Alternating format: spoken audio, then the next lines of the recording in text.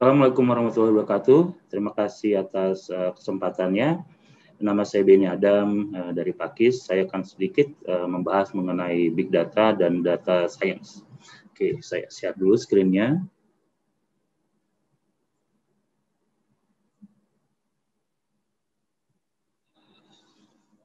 Oke, tentunya kawan-kawan juga cukup familiar gitu ya dengan bagaimana tentang big data gitu ya. Nah, di kesempatan ini saya akan membahas sedikit bagaimana kita bisa mengintip data kita untuk mengenal lebih dekat mengenai bisnis kita.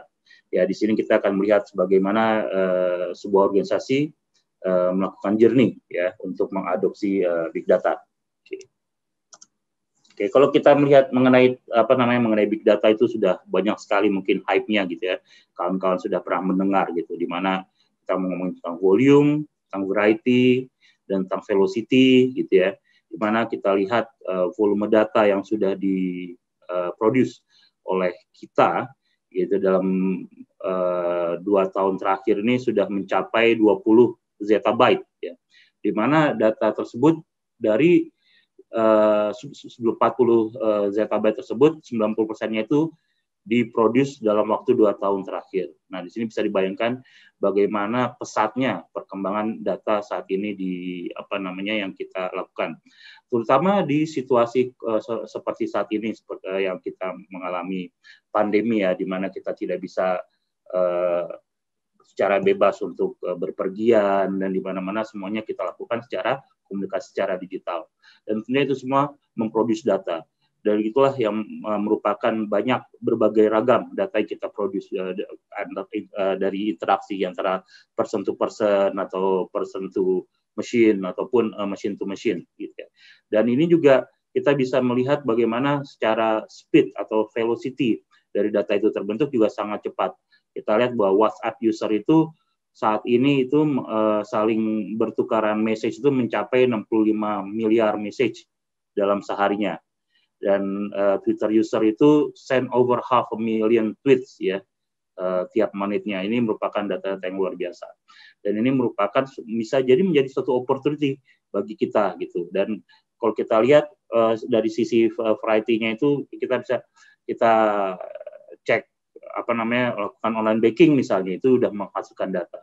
Kita pesan tiket atau pesan makanan misalnya, itu juga menghasilkan data. Itu semua mungkin bisa kita gunakan untuk menjadi hal-hal yang beneficial bagi kita. Nah, kita bisa melihat contohnya gitu yang paling dekat sekarang ini adalah Facebook misalnya. Facebook itu sudah memiliki 2,7 billion monthly active user as of Oktober ya 2020 ini gitu. 1,8 billion average log onto Facebook tiap harinya gitu. Jadi 1,8 miliar pengguna login ke Facebook tiap harinya. Bahkan at one point itu Facebook mengenali bahwa ada 48% pengguna Facebook yang berumur 18 sampai 34 tahun yang cek Facebook pada saat mereka bangun tidur. Segitu jauhnya Facebook mengenali customer mereka. In the end of the day, 70 billion dollar revenue. Bisnis mereka sebenarnya apa? Intinya sih bisa kita bilang bisnis mereka itu sebenarnya data. Nah, kalau dibilang, oh Kak, bisnis mereka kan iklan. Ya, tapi pengguna orang-orang yang menggunakan Facebook dan beriklan di Facebook itu sangat dimanjakan dengan menggunakan data, di mana dia bisa melihat berapa banyak orang yang melihat iklan mereka, berapa banyak yang laki-laki, berapa banyak yang perempuan, berapa banyak orang yang melakukan format iklan mereka, atau berapa banyak orang yang melihat iklan mereka secara organik misalnya, atau melihat iklan mereka dari paid gitu, atau bisa juga berapa banyak orang yang melihat iklan mereka dan berumur sekian sampai sekian tahun misalnya. Dan ini sangat dimanjakan gitu ya, pemasang iklan itu sangat dimanjakan di Facebook dengan data. Jadi data inilah yang menjadi pembeda bagi orang-orang yang hendak beriklan di Facebook ataupun di platform lainnya. Nah, kita bisa melihat juga untuk dari sisi data itu, kita melihat dari Yahoo misalnya. Mungkin kalau kawan-kawan masih ada yang kenal Yahoo gitu ya, Yahoo itu merupakan suatu fenomena ya. Pada saat itu mereka bisa grow dari hanya 5 juta dolar valuation mencapai 128 miliar valuation hanya dalam waktu 5 tahun. Nah, bagaimana caranya? Waktu itu CEO mereka yang bernama Jeff Mallet, gitu ya, dia berasal dari dunia PC. Sebenarnya intinya mereka itu jualan software waktu itu. Nah, si Jeff Mallet ini kalau dia jualan software itu dia baru dapat feedback itu setelah kurang lebih setahun. Jadi kalau mereka meluncurkan fitur-fitur baru, meluncurkan versi baru, itu baru setelah dia melihat hasilnya di market, baru dia tahu bagaimana customer itu menyukai atau tidak menyukai fitur-fitur mereka yang baru. Nah, sebaliknya kalau misalnya di internet, di Yahoo itu mereka memiliki data yang sangat kaya.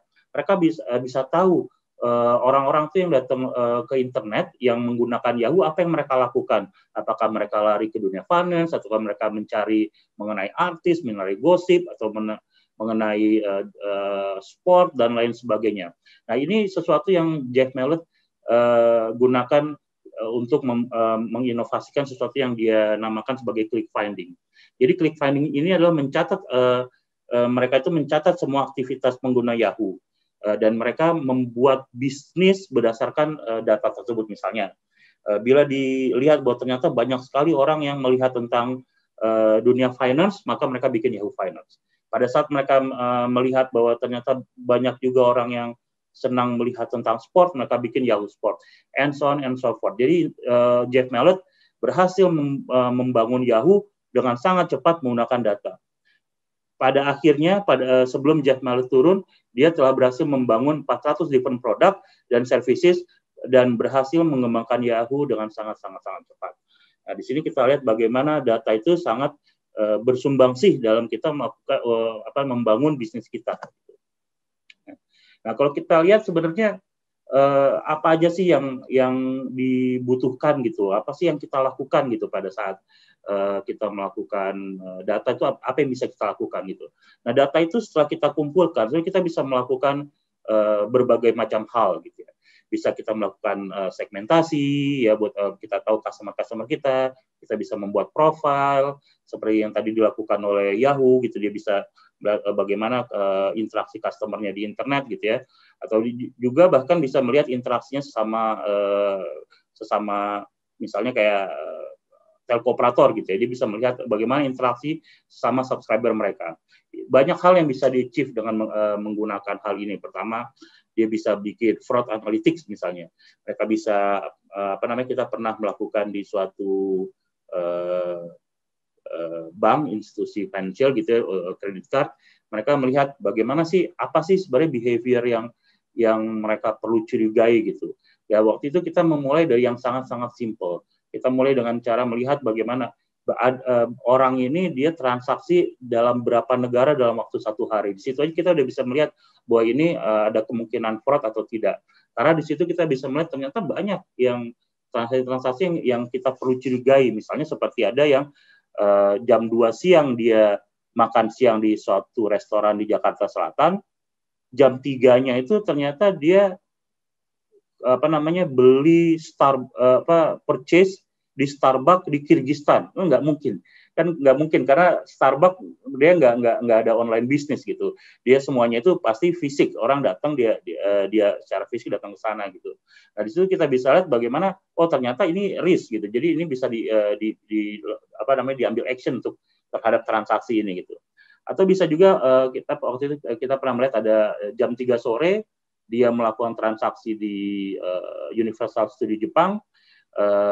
Jam 9 malam udah ada di Jakarta Selatan ya, di Jakarta Utara, dia belanja di Jakarta Utara. Ini mungkin lampu kuning, apa benar orang yang sama atau tidak, mungkin bisa aja dikejar, tapi kayaknya nggak mungkin ya orang dalam waktu beli tiket langsung pulang ke Indonesia gitu, kayaknya nggak mungkin, pasti dia kan spend waktu dulu di sana gitu. Nah, tapi ini sesuatu yang bisa di action gitu. Atau seperti tadi kita bilang, kita ngomong interaction, kita bisa mencoba untuk melihat gitu bagaimana churn ya buat operator gitu. Mungkin nggak sih orang akan pindah ke operator lain misalnya. Bagaimana seandainya kita bisa melihat dari suatu banyak pengguna gitu, kita pilih mana pengguna yang alpha gitu. Kita lihat mana pengguna yang seandainya dia pindah akan banyak pengguna lain yang akan ngikutin dia. Jadi kita bisa bisa kita lihat klasternya itu seperti apa gitu. Itu kita bisa lakukan gitu dengan melakukan analisa gitu. Nah, kita juga bisa melakukan predicting trends, bagaimana trennya akan ke depan setelah kita bikin prediction di situ. Kita bisa menggunakan data untuk melihat bagaimana prediction yang akan terjadi pada bisnis kita gitu. Kita bisa melakukan dengan modeling behavior juga ya, bagaimana customer itu akan berperilaku, akan bertindak tanduk, akan seperti apa, itu kita bisa melihat behavior dari data yang kita miliki gitu. Nah, kalau kita lihat juga itu semua walaupun menarik, itu membutuhkan akan menghadirkan banyak tantangan gitu. Kenapa? Karena kita bisa melihat ada cost di situ, ada effort, ya, ada teknologi gitu ya, dan ada kecepatan juga yang merupakan tantangan gitu, fleksibilitas dan value juga. Kenapa? Karena misalnya kita lihat dari sisi cost ya. Kalau misalnya cost-nya terlalu tinggi untuk kita bisa mengadopsi itu semua, maka value-nya akan turun. Ya. Padahal bisa jadi kita bilang bahwa big data ini sangat valuable, betul. Tapi untuk adopsinya aja ternyata cost-nya itu terlalu tinggi, sehingga yang tadinya benefit-nya itu kita bisa rasakan secara langsung, tapi di sini benefit-nya itu akan berasa tidak akan signifikan, ya, tidak akan signifikan untuk suatu organisasi. Makanya kita lihat value-nya itu bisa jadi turun, ya. Atau lihat dari effort-nya gitu. Seandainya kita butuh datanya, tapi ternyata effort-nya itu terlalu tinggi gitu, terlalu tinggi bagi kita buat mengadopsi ini semua. Itu menjadi tantangan juga. Teknologi, misalnya, teknologi juga banyak. Kita terlalu banyak pilihan, kita banyak opsi-opsi. Kita bisa memilih teknologi-teknologi seperti apa yang bisa membantu kita buat achieve yang tantangan-tantangan tadi gitu. Kenapa? Karena pada intinya banyak sekali hal-hal yang menjadi penentu ya, menjadi faktor penentu untuk kita mengadopsi big data. Seperti tadi yang berikutnya saya sebut adalah speed, kecepatan. Jadi data itu seandainya kita bisa peroleh, tetapi waktunya itu terlalu lama, itu juga menjadi tidak ada value-nya gitu. Misalnya kayak saya pernah ditanya oleh seorang yang berkecimpung di bidang kesehatan mengenai pandemi gitu ya.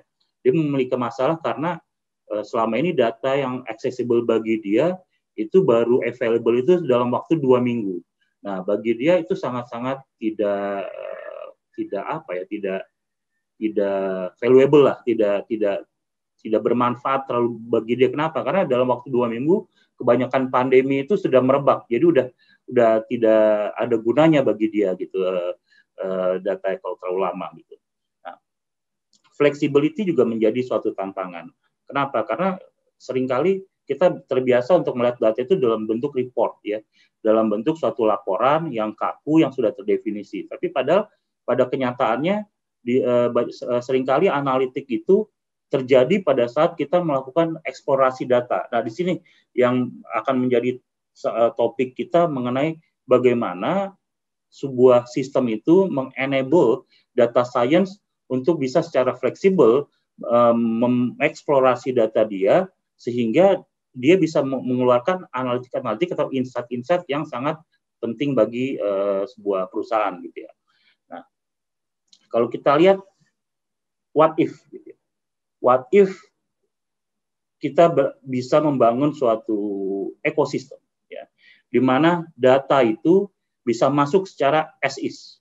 Masuk aja apa adanya, masuk ke kita, tidak perlu kita kita harus cleansing dulu, kita harus atur dulu, kita nggak perlu merasakan project gitu, kita nggak perlu melakukan suatu project with an army of IT people sehingga data-data itu bisa mengumpul, nggak perlu, tapi kita memiliki suatu wadah yang kami namakan di sini adalah sebuah data lake, di mana orang-orang itu bisa datanya itu bisa ditumpahkan aja ke dalamnya. Terus data science, ya, data scientist, dia bisa menggunakan sebuah tools untuk mengakses data tertentu, ya, untuk data-data itu untuk menghasilkan laporan-laporan, untuk menghasilkan chart atau dashboard, sebuah analisa, atau bisa juga menghasilkan data yang akan dipakai untuk sistem yang lain. Misalnya ada sistem pelaporan atau ada sistem keuangan atau juga merupakan sistem lanjutan yang menggunakan data dari sistem ini. Nah, ini yang pertanyaan yang bisa kita coba untuk jawab untuk kita memudahkan kita untuk bisa mempergunakan data sebagai penunjang keputusan dari bisnis kita. Gitu. Nah, kalau kita lihat di situ ada kriteria-kriterianya gitu, dan semuanya ini merupakan sebuah karakteristik yang bisa memungkinkan sebuah organisasi dengan membangun sebuah tim data scientist untuk bisa menghasilkan analisa yang bermanfaat bagi organisasi tersebut. Ya, jadi kita lihat yang pertama kriterianya adalah search dan powerful query language. Karena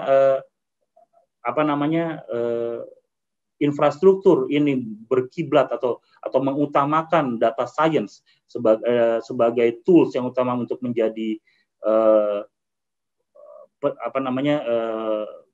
platform untuk mengolah data, maka dibutuhkan interaksi yang sangat bisa dibilang interaksi yang sangat luas gitu antara data scientist dengan data.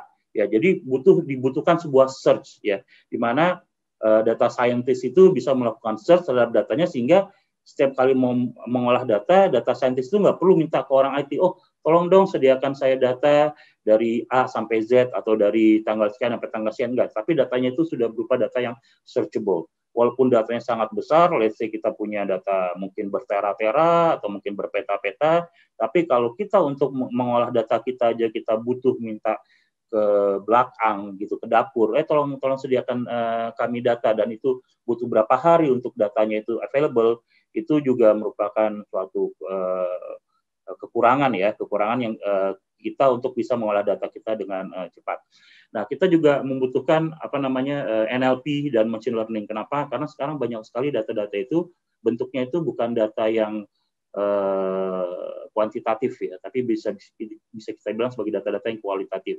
Di mana data-data itu bukan data yang bentuknya tabular, tapi data itu berada di dalam sebuah kalimat ya, berada dalam berita, berada di dalam sebuah percakapan yang kita bisa ekstrak dan menggunakan natural language processing yang yang support tentunya harus support bahasa Indonesia, di mana karena kita sekarang menggunakan bahasa utama bahasa Indonesia. Kenapa?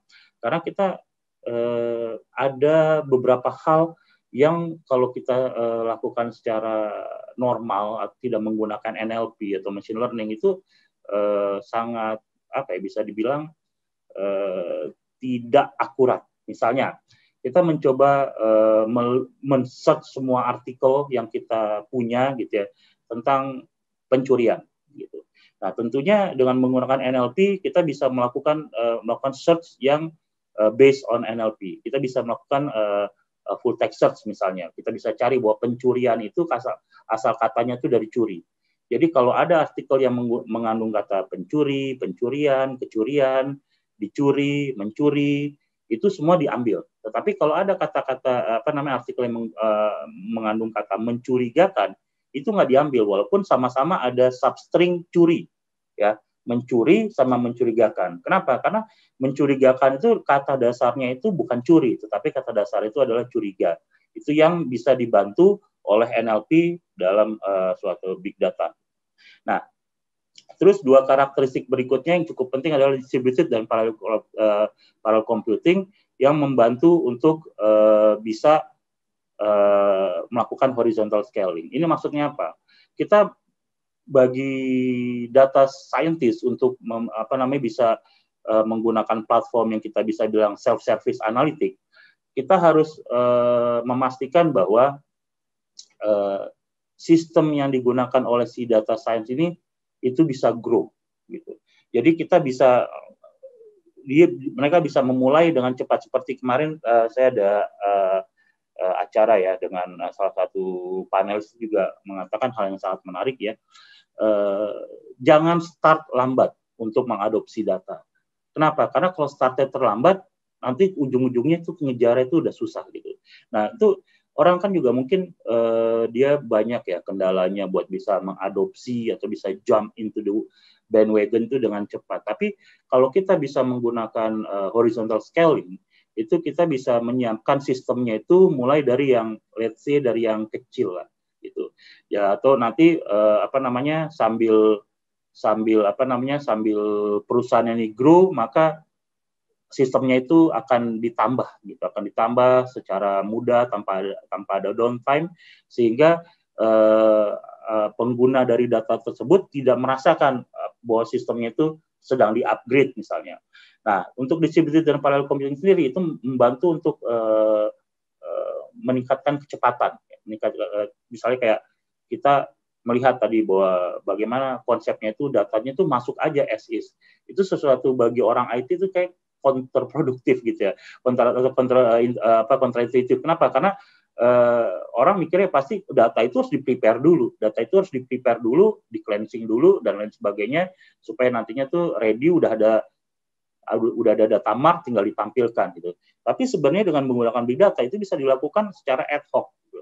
Tapi syaratnya satu, computing power harus kuat. Nah, untuk itu kita harus punya distributed dan parallel computing. Nah, bayangkan sebuah sistem dengan data yang sangat kaya, dengan data yang bermacam-macam berupa-rupa, tapi di situ kita bisa digunakan oleh data scientist secara fleksibel gitu untuk melihat bagaimana data yang ada, bagaimana apa sih perspektif yang bisa diambil dari data tersebut gitu ya. Dan itu semua bentuknya itu interaktif, sehingga seorang data scientist itu bisa melakukan yang poin berikutnya adalah data exploration. Ya. Nah, data exploration ini penting sekali. Kenapa? Karena kadang-kadang ada perspektif-perspektif yang kita sebenarnya tidak bisa dibilang kita belum terbayangkan bagi kita, dan itu baru terlihat pada saat kita mengeksplorasi data kita. Nah, ini sangat penting bagi sebuah organisasi gitu ya, dalam mengadopsi big data itu, untuk memiliki sebuah sistem yang secara natural itu dia sudah support yang namanya eksplorasi data gitu ya. Contoh kita pernah mengalami gitu ya, ada dalam sebuah organisasi itu, dia itu tadinya tuh tidak memiliki perspektif. Misalnya kayak dia tuh nggak tahu bahwa ternyata ada segmentasi customer mereka yang senang berbelanja A dan berbelanja B, dan itu baru bisa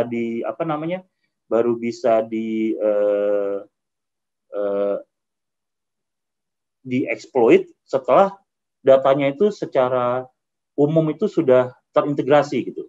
Kenapa? Karena pada saat ini dua data itu ternyata adanya itu di dua departemen yang berbeda. Jadi departemen ini punya laporan ini, departemen A punya laporan ini, departemen yang B dia punya laporan itu. Nah, pada saat datanya tidak terintegrasi, mereka nggak tahu, mereka tidak bisa melihat bahwa ternyata dua customer ini mereka bisa melakukan upselling misalnya, atau mereka bisa melakukan cross selling misalnya, dan itu baru bisa terjadi pada saat datanya itu diintegrasikan, dan kita bisa memberikan kesempatan bagi data scientist untuk bisa melakukan eksplorasi gitu.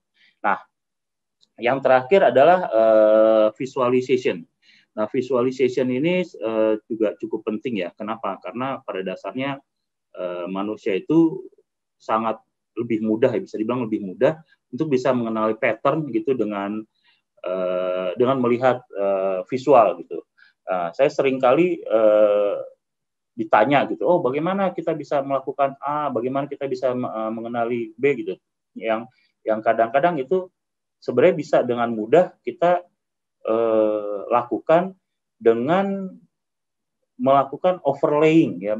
Kita melakukan overlay dua buah chart dalam satu chart gitu ya, dalam satu dashboard, itu kita bisa lihat oh ternyata behavior A itu akan terjadi pada saat B terjadi misalnya. Atau misalnya setiap kali